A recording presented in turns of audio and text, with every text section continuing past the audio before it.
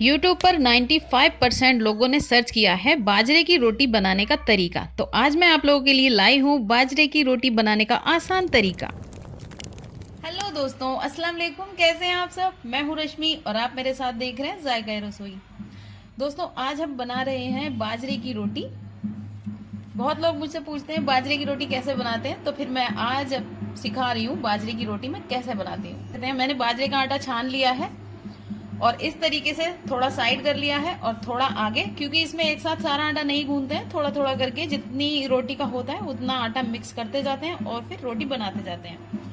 तो पानी मैंने ले लिया है थोड़ा गुनगुना। अब मैं इस आटे को मिक्स करूंगी।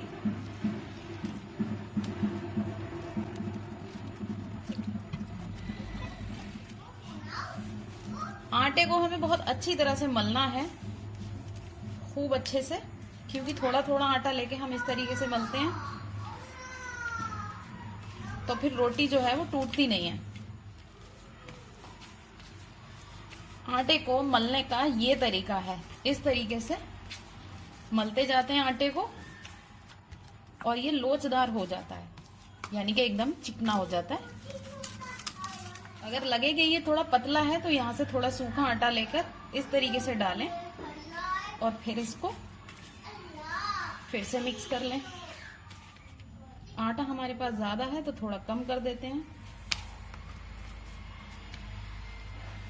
और थोड़ा सा पानी लगाकर फिर से ऐसे मल लेते हैं। अब आटे की बना लेंगे लोई इस तरीके से, यहीं पर ऐसे।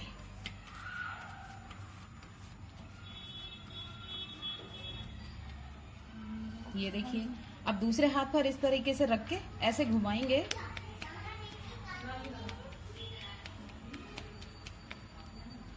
ये बन गई हमारी लोई। अब इसमें थोड़ा आटा ज्यादा लग रहा है मुझे रोटी के हिसाब से, तो इस तरीके से इस उंगली को यहां लगा के ऐसे घुमाएंगे तो जो एक्स्ट्रा आटा होगा, जितना हमें निकालना होगा, वो इस तरीके से निकल जाएगा। फिर इसको ऐसे हटा देंगे और बस इसको इस तरीके से घुमा देंगे।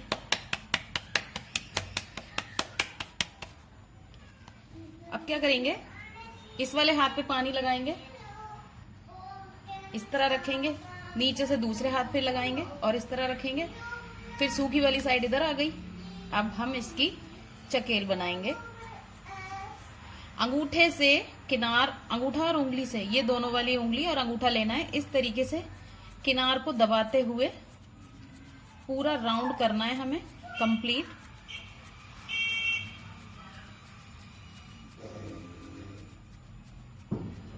और जब इसकी साइड हो जाए पतली, फिर उसके बाद अंगूठा और उंगली, ये वाला अंगूठा यहाँ और ये पीछे साइड की उंगली इस तरीके से ले आना है हमें और इस तरह से घुमाना है।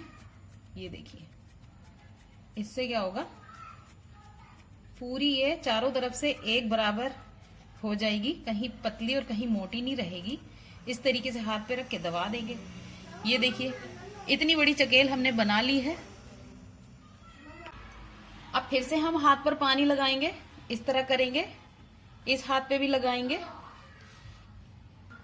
और ये जो हमारी हथेलियां हैं दोनों, इस हथेली की मदद से हम रोटी को इस तरीके से हथेली में दबाएंगे। धीरे धीरे दबा दबा कर रोटी को बड़ी करेंगे।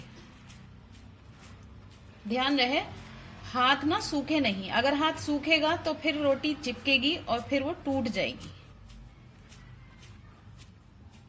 जब रोटी का पूरा राउंड हो जाए तो फिर हथेलियों को थोड़ा बीच में अंदर की साइड लाना है, यहां, फिर यहां से रोटी पतली करेंगे इस तरीके से। जब वो भी साइड पतला हो जाए तो फिर इस हथेली को रोटी के बीच में ले आएंगे और इस तरीके से दबाएंगे।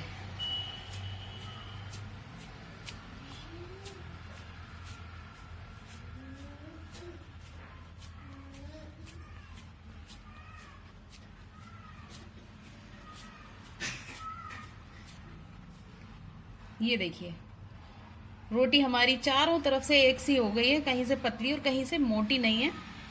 अब हम इसको तवे पर डाल देते हैं। तवा मैंने पहले से ही मीडियम गैस पे गरम कर लिया, तो रोटी को डाल देते हैं हम तवे पर।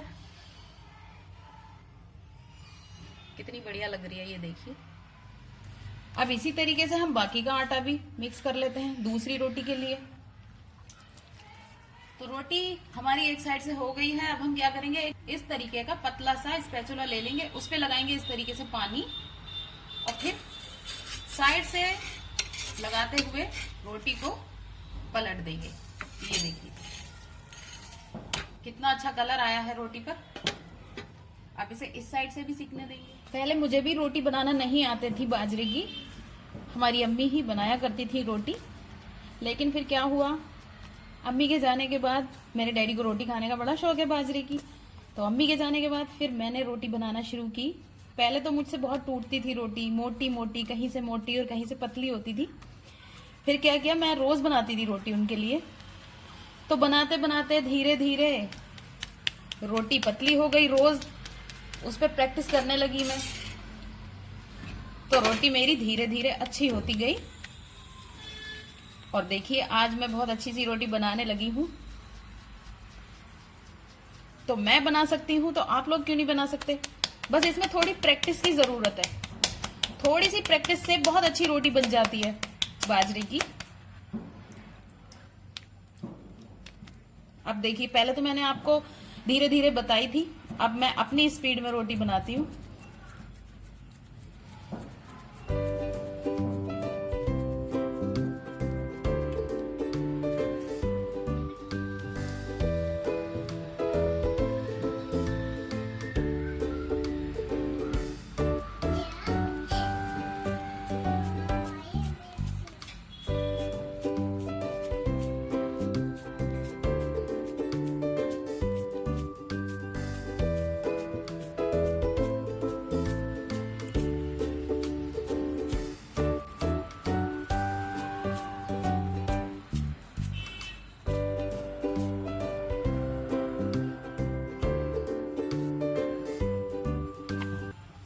ये देखिए, ये वाली भी रोटी हमने पलट दी है और जो हमारी पहले वाली रोटी थी इसको अब हम दूसरे चूल्हे पर स्लो फ्लेम पर सेक लेते हैं। बिल्कुल स्लो फ्लेम पर सेकना है, अगर फ्लेम हम हाई रखेंगे तो फिर ना रोटी जल जाएगी, अंदर से कच्ची रह जाएगी और ऊपर से ना झुलसी झुलसी हो जाएगी।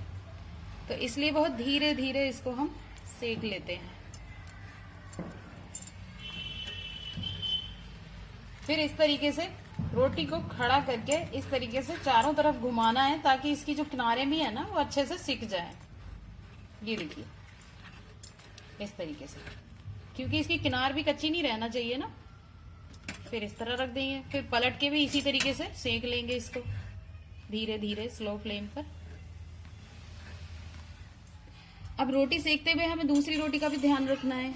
ये देखिए ये भी हो चुकी है, इसको थोड़ा पलट के रख देते हैं ताकि इधर से भी थोड़ी सी और हो। तो ये देखिए रोटी हमारी बहुत अच्छे से सिक गई है। ये देखिए दूसरी रोटी भी हमारी तैयार हो चुकी है। खड़े करके इसको सेकना बहुत जरूरी है क्योंकि इससे ना किनारे कच्ची नहीं रहती, बहुत अच्छे से चारों तरफ से सिक जाए। ये देखिए सिक गई हमारी दूसरी रोटी भी। और रोटी को हमेशा ऐसे नहीं रखना ऊपर नीचे करके, इसको क्या है ना, बाजरे की रोटी को इस तरह फैला के रखा जाता है ताकि ये सॉफ्ट ना हो जाए, क्योंकि ये कड़क रोटी अच्छी लगती है खाने में। इसीलिए मैं इस रोटी को इस तरह सुरख करके सेकती हूँ, ताकि क्योंकि मेरे डैडी को सुरख रोटी और एकदम करारी पसंद है, तो इसलिए मैं इस तरीके से रखती हूँ। तो दोस्तों बताइए आप लोगों को मेरा ये तरीका समझ में आया रोटी बनाने का?